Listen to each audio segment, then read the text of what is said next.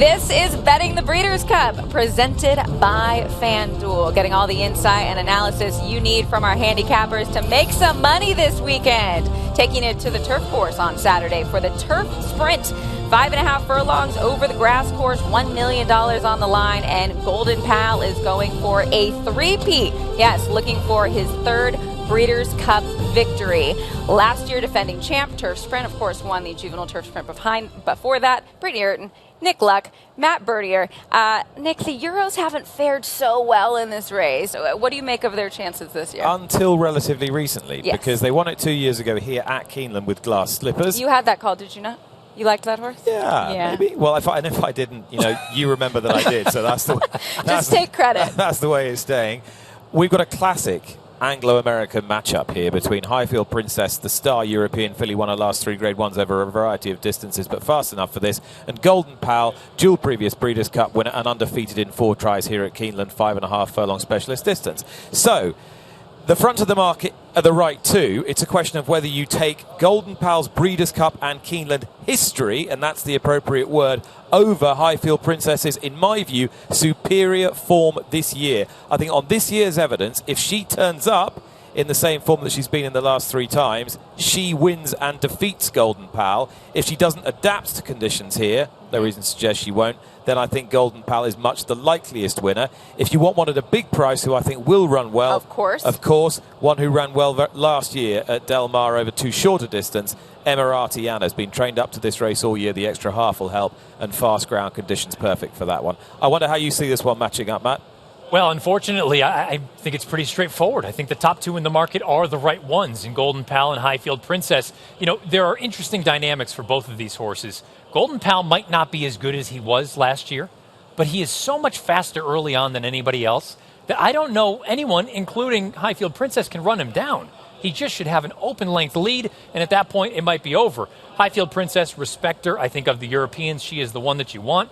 If this race were run at 6 furlongs, or even 7 furlongs if I'm getting greedy, Casa Creed would be every bit as likely a winner as the top 2. I just fear he's going to run out of real estate. So I don't have anything brilliant here to say about this race, but Nick, one other horse to throw back at you. Can I interest you in the other Wesley Warden here, or one of the other Wesley Wards? Yes. Campanelli? You can interest me. My issue with Campanelli is I think the ground might be a bit too quick for her to be at her absolute optimum over this field. Isn't there enough evidence now to suggest that she likes to get her toe in the surface? Yeah, I mean, and you even just go back to that run of Royal Ascot that was over really firm going, and she just couldn't quite get there. It does seem like she takes a significant step forward when there's a little bit of give in the ground. I don't know. I'm just trying to find someone outside the box a little bit that should be a decent price. Well, the 2 Godolphins are half interesting, Creative Force and Naval Crown, but only if there's so much pressure applied to Golden Pal and Highfield Princess that they completely disintegrate. I think they're just the early pace is too strong, too good here, too classy. I think for the horses who want much further to get into it, Matt. And that's your point about Casa Creed, I think. Naval Crown was the one that when I first did my pass through the past performances, I was intrigued by him, but boy, his recent form is so bad. Yeah. And I know you can excuse that to an extent. He hates soft ground, and he's been running on it. So I think back on a firm surface, that'll help him. But even that run 2 back, I thought it was a little bit underwhelming. And coming into a race like this, where you don't need to beat 1 good horse, you got to beat 2 and even 3 if you want to throw Casa Creed in there. Again, he's a decent price. He's 30-1, but he was one that initially caught my eye at a big number. But again, I hate to say it, I think this is a rather formful race. Worth mentioning, no precipitation set for Friday. Is that rain? Yes. Yeah, okay. Yeah. The track superintendent. You're the one that's using the big words. the track superintendents like to say that. No precipitation in the area. Possibly on Saturday, but it's not going to change the turf course at all. Firm, it should be beautiful for Friday. Saturday, is it going to really affect it at all? 40%, I wouldn't expect it to. This turf course handles rain very, very well. So the Euros would love that.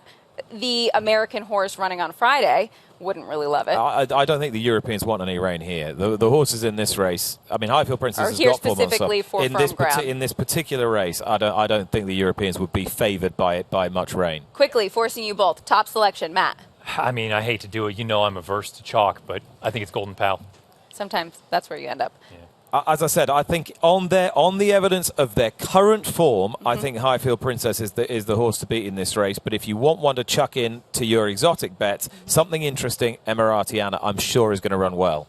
Okay, great discussion here. It's the Breeders' Cup Turf Sprint coming up on Breeders' Cup Saturday, race number 4. 5.5 furlongs the distance on the turf course. Fast and Furious, that's the name of the game, over the grass. Bet on it, why not? New FanDuel customers bet the Breeders' Cup and get up to $100 back if your horse doesn't win. This has been Betting the Breeders' Cup.